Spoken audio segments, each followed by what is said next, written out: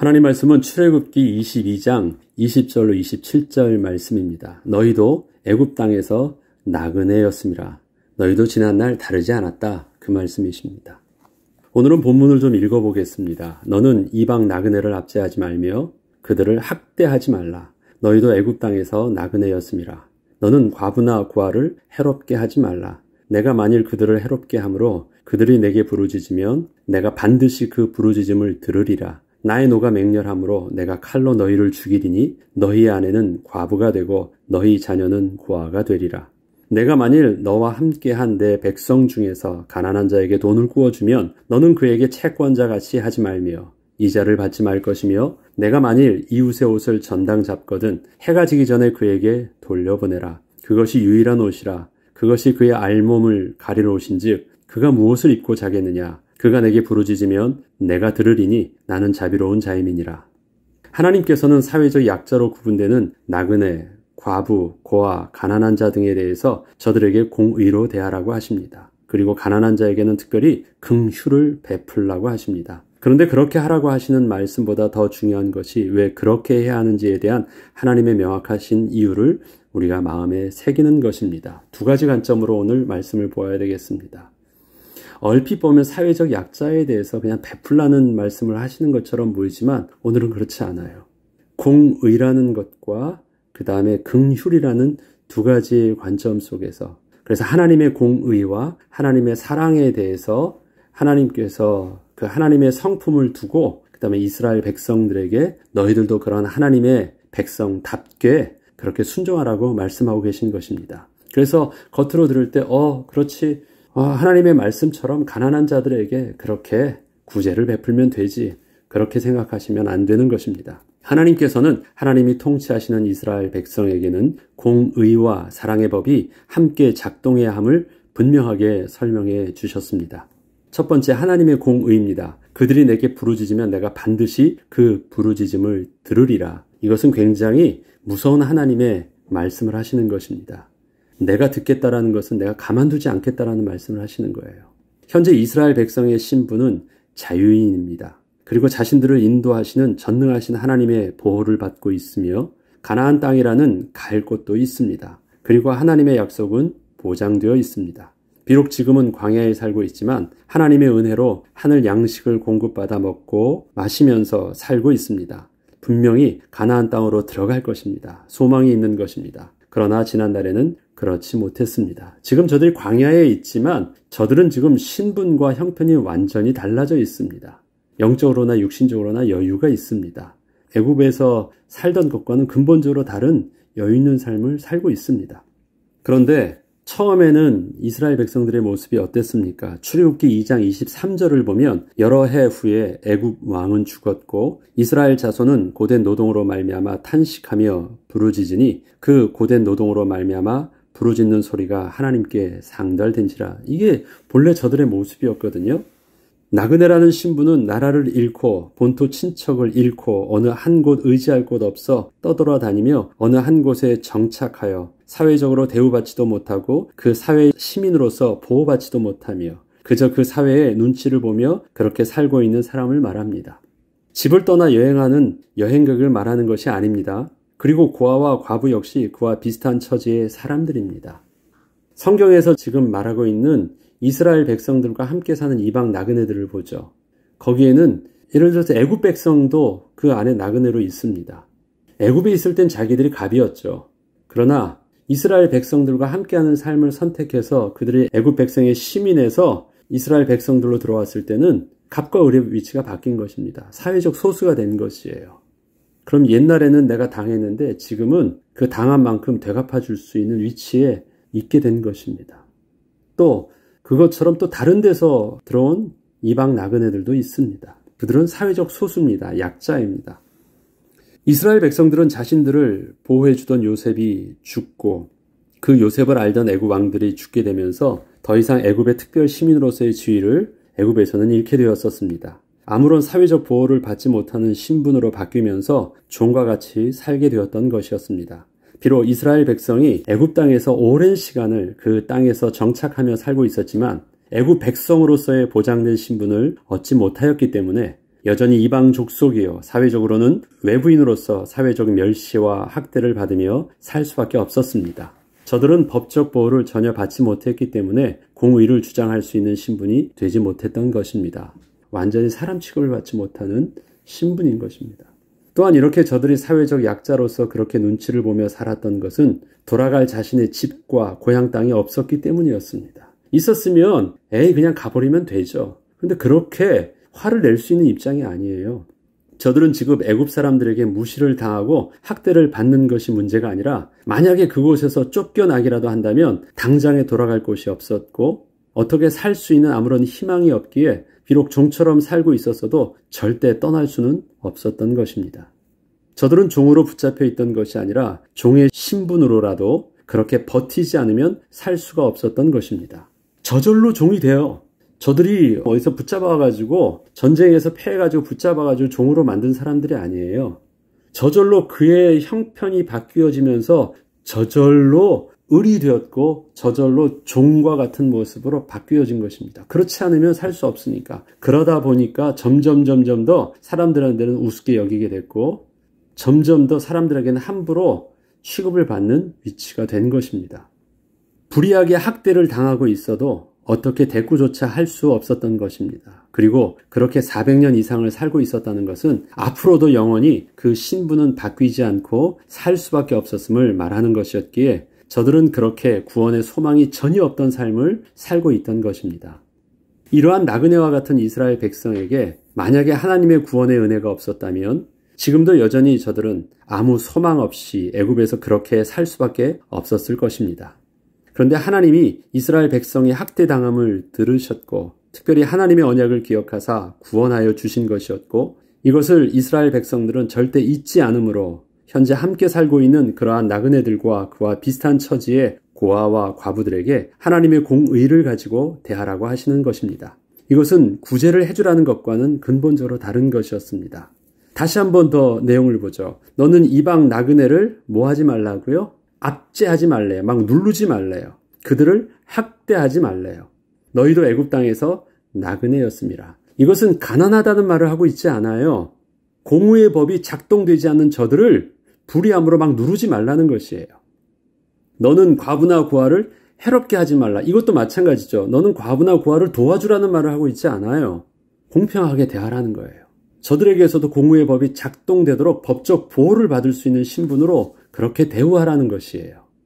그냥 가만히 그 앞에 나그네 고아 과부만 보면 뒤에 이 말에 그냥 보지 않고 쓱 지나가요. 그러면 뭐만 생각합니까? 불쌍히 여기라고만 생각해요. 이건 불쌍히 여기라는 말이 아니잖아요.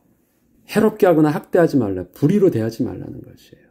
저들 가만히 잘 두면요. 열심히 살 수 있어요. 그런데 뭐가 안 되는 거예요? 공의의 법이 작동되지 않아요. 그래서 고통당하고 있는 것이에요. 이처럼 특별히 학대하지 말라는 말씀 속에는 저들에게는 자신이 보호받을 수 있는 신분이 되지 않아 동일한 시민으로서의 공의의 법이 적용되지 않는 약점을 이용해서 함부로 대하지 말라는 것이었습니다. 지금도 이스라엘 백성들은 하나님의 주권 속에서 그렇게 보호를 받고 있기 때문인 것이었지 만약에 자신들도 하나님께서 보호해 주지 않으시면 저들과 다름없음을 절대 잊으면 안 되는 것이었습니다. 이스라엘 백성의 구제는 단지 사회적 약자를 긍휼히 여기는 도덕적 차원에서의 행동이 아니라 현재 자신들을 지켜주시고 인도하여 주시는 하나님의 주권 앞에서 겸손히 자신의 위치를 인정하고 감사함으로 스스로 하나님께 순종함으로 해야 하는 일이었습니다. 공의의 하나님의 백성으로서 하나님의 법이 작동되고 있는 하나님 나라에서 불의하게 나그네를 대하지 말라고 하신 것입니다. 그리고 하나님께서는 그러한 자들을 향하여 이러한 경고를 하십니다. 내가 반드시 그 부르짖음을 들으리라 말씀하십니다. 하나님이 그들의 고통 소리를 들으시고 하나님이 아브라함과 이삭과 야곱에게 세운 그의 언약을 기억하사 하나님이 이스라엘 자손을 돌보셨고 하나님이 그들을 기억하셨더라. 하나님이 저들의 학대담, 고통당함을, 억울함을 하나님이 들으셨대요. 그리고 기억하셨고 돌보셨대요. 돌보시는 방법은 저들을 구원하여 주시는 것도 있지만 또한 하나님의 그 돌보심의 방법은 어떻게 하셨습니까? 애굽 백성을 징계하셨어요. 지금 내가 듣고 있다라는 말을 경고할 때는요. 저들을 내가 돌보아주겠다라는 말만 하시는 것이 아닙니다. 너희들도 똑같이 그렇게 가만두지 않을 거야 라고 말씀하시는 거예요. 지난날 하나님께서 이스라엘 백성의 학대당함을 들으셨다는 것은 애굽 왕과 그 백성들이 감히 공의의 하나님의 백성을 그렇게 무법적으로 함부로 대한 것에 대하여 하나님께서 참지 않으셨음을 기억하게 합니다. 하나님께서는 애굽의 바로왕에게 10가지 재앙과 홍해에서 애굽 군대를 완전히 수장시키시며 멸하시기까지 하나님의 진노는 멈추지 않고 계속하셨었습니다. 이것은 바로왕이 만약에 순수히 말을 들었으면 한 번에 끝낼 수도 있었던 것을 계속하신 것이 아니셨습니다. 하나님은 처음부터 홍해의 멸망까지 계획하시고 혹시 그 바로왕이 잘못했다고 할까봐 아예 잘못했다는 말을 하지 못하도록 하시면서 끝까지 완전히 진멸하신 것입니다. 하나님의 계획은요, 홍해의 기적까지 11번까지 계획하시고 완전히 멸하게 하셨던 것입니다. 하나님의 그 분노가 어떠하셨는지를 분명히 보여주신 것이었습니다. 그런데 이와 같은 하나님의 진노를 만약에 이스라엘 백성이 함께하는 나그네와 또 고아와 과부에게 그렇게 불의하게 대하면 동일하게 그렇게 하시겠다고 하신 것입니다. 내가 만일 그들을 해롭게 함으로 그들이 내게 부르짖으면, 자, 해롭게 함으로 부르짖게 되면 뭐예요? 무슨 부르짖음으로 할까요? 하나님 나 배고파요를 부르짖을까요? 아니에요. 하나님 나 억울해요라고 부르짖는 거예요. 억울해요. 내가 반드시 그 부르짖음을 들을 것이야. 너 가만두지 않을 거야. 나의 노가 맹렬함으로 내가 칼로 너희를 죽이리니 너희 아내는 과부가 되고 너희 자녀는 고아가 되리라. 너희도 똑같은 신분으로 다시 돌아가게 될 것이야. 이러한 하나님의 진노는 이스라엘 백성이 단순히 불순종하는 도덕적 차원에서의 실수가 아니라 하나님의 공의를 손상시키는 일이었기 때문에 하나님이 그렇게 불의를 참지 않으시겠다고 아주 강하게 경고하신 것이었습니다. 두 번째는 하나님의 사랑이십니다. 그가 내게 부르짖으면 내가 들으리니 나는 자비로운 자임이라. 이거는 다른 말씀이시죠? 내가 만일 너와 함께한 내 백성 중에서 가난한 자에게 돈을 구워주면 너는 그에게 채권자같이 하지 말며 이자를 받지 말 것이며 내가 만일 이웃의 옷을 전당 잡거든 해가 지기 전에 그에게 돌려보내라. 그것이 유일한 옷이라. 그것이 그의 알몸을 가릴 옷인즉 그가 무엇을 입고 자겠느냐. 그가 내게 부르짖으면 내가 들으리니 나는 자비로운 자임이라. 하나님께서는 가난한 자의 그 절박한 부르짖음에도 귀를 기울이신다고 하십니다. 이들은 지금 억울함을 호소하지 않아요. 하나님 나 배고파요. 그래요. 저들이 지금 돈을 빌려준 사람한테 억울하다고 말할 수 있어요? 없어요. 돈을 빌려줬고 난 약속한 대로 나는 갚기로 했고 나는 돈을 빌리기 위해서 정당하게 나는 나의 담보물을 제공했고 그래서 저들에게 억울하다고 하면서 호소할 게 없어요. 그런데 나는 고통스러워요. 하나님 나 힘들어요. 아무에게도 말할 수가 없어요. 내 속의 어려움을 알 수가 없어요. 하나님 배고파요. 도와주세요. 그러고 있는 거예요. 그 부르짖음은 긍휼을 구하고 있는 거지 억울함을 호소하고 있는 것이 아닙니다. 근데 하나님은 그것에도 귀를 기울이신대요. 그리고 들어주신대요. 그리고 그 듣는 그 귀는 어떤 귀라고요? 사랑의 귀래요. 긍휼의 귀래요. 다르죠. 앞에 들으심과 분명히 다른 개념입니다. 하나님께서는 이스라엘 백성들이 출애굽할 당시에 이웃에게 은혜를 받게 하사 저들의 모든 은금 패물을 다 받아 가지고 나오게 하셨습니다. 이것은 그동안 가난하게 살 수밖에 없어서 아무것도 가진 것이 없던 이스라엘 백성들에게 베풀어 주셨던 하나님의 은혜의 선물이셨습니다. 이스라엘 백성들이 본래 그렇게 가난하지 않았었어요. 부자였습니다. 넉넉한 삶을 살고 있었습니다. 이스라엘 백성이 애굽으로 들어올 때도 그렇게 가난하지 않았습니다. 그런데 어느덧 지금 그들의 모습은 종과 같이 가난해졌습니다. 왜 그럴까요? 불의하게 빼앗겼던 것이고 동일한 법적 보호를 받지 못했기 때문에 그렇게 핸디캡을 가지고 가난해질 수밖에 없었습니다.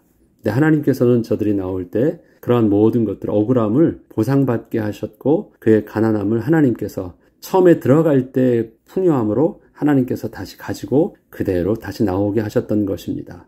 이것은 하나님께서 베푸신 은혜이셨어요. 저들에게 긍휼의 마음을 하나님이 잊게 하셔서 달라고 하는데 저들이 막 주는 것이에요.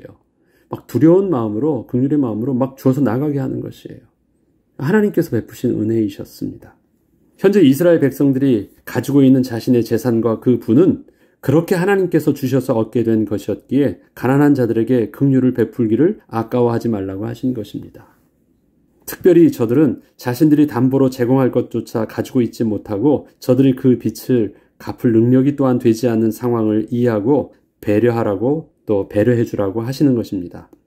겉으로 드러난 공의의 법을 가지고서는 그렇게 이자를 받고 담보물을 제공받는 것이 잘못된 것이 없어 보이지만 하나님의 공의의 법과 더불어 하나님의 사랑의 은혜를 또한 함께 기억하면서 사회적 약자를 대하라고 하시는 것입니다.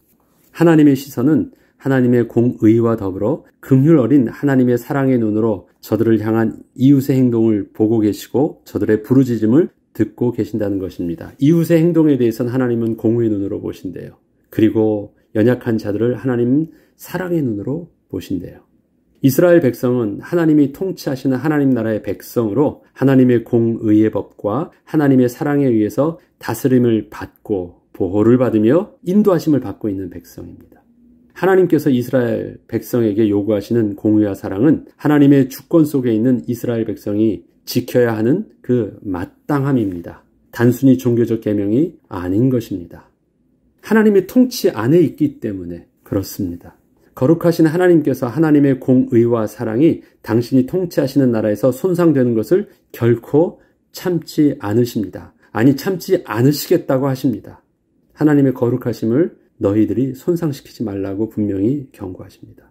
이처럼 우리의 구원에도 만약에 하나님의 공의가 아니셨다면 우리 또한 아무 소망 없던 자였음을 기억하고 우리의 삶에도 하나님의 공의가 그대로 작동되도록 해야 하겠습니다. 또한 우리의 삶에 베푸신 하나님의 은혜와 사랑에는 조건과 대가가 없으셨음도 기억하고 만약에 하나님의 공급하심과 베푸심이 없었다면 우리의 삶 또한 여전히 그렇게 가난한 모습으로 살 수밖에 없었음을 결코 잊지 않으므로 겸손하게 그 사랑을 이웃에게 실천하는 삶을 살아야 하겠습니다. 하나님이 우리에게 공의의 축복을 또 하나님의 사랑의 성품을 동일하게 주셨습니다. 그러하기에 우리는 우리의 삶 속에 하나님의 주권이 이루어지는 이 땅의 삶 속에서 하나님의 통치를 또 우리의 삶을 통해서 이루어 나갈 때 하나님의 공의와 하나님의 사랑을 영적인 밸런스를 가지고 잘 맞추고 잘 감당해야 되겠습니다. 기도하겠습니다. 공의의 하나님, 하나님의 의로 인하여 우리에게 의로운 백성 되게 하셨고 또 그 법으로 인하여 우리에게도 구원 얻는 하나님의 백성 되고 하나님의 자녀 되게 하셨습니다. 하나님 참 감사합니다.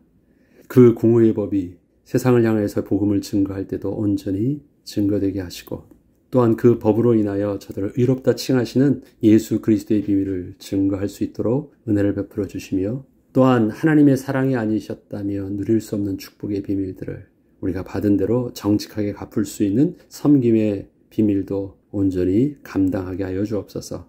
감사드리며 우리 주 예수 그리스도 이름으로 기도합니다. 아멘.